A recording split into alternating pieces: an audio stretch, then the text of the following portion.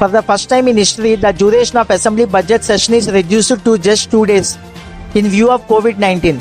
It will commence on Tuesday at 10 a.m. with the address of Governor Biswabhushan Harichandan from Raj Bhavan through video conference and ends on Wednesday. Before that, the cabinet scheduled to meet at around 9 a.m. at Secretariat to approve the annual financial statements and other bills to be introduced in the House.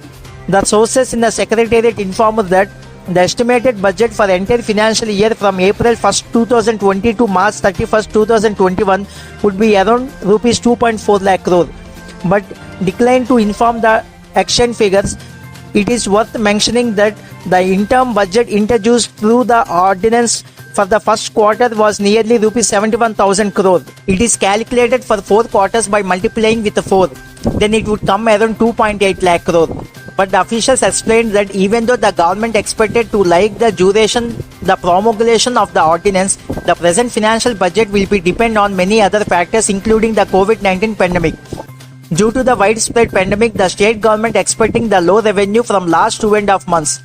On the other hand, the officials informed that lion's share in the budget will be allocated for welfare schemes, particularly in the form of direct cash transfer to the beneficiaries. The major cash benefit scheme are including Raitu Bharosa, Jagananna Amma Odi and others.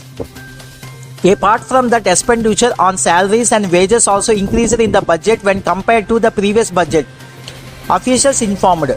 It happened as the government recruited at last 1 lakh new employees for the village and ward secretariat along with the estimated 3.4 lakh village and ward volunteers. The capital expenditure on the development and infrastructure project will significantly come down in the budget, informed the officials. Meanwhile, the government will also present the social economic survey report in the assembly along with the annual financial statement, informed the financial department authorities.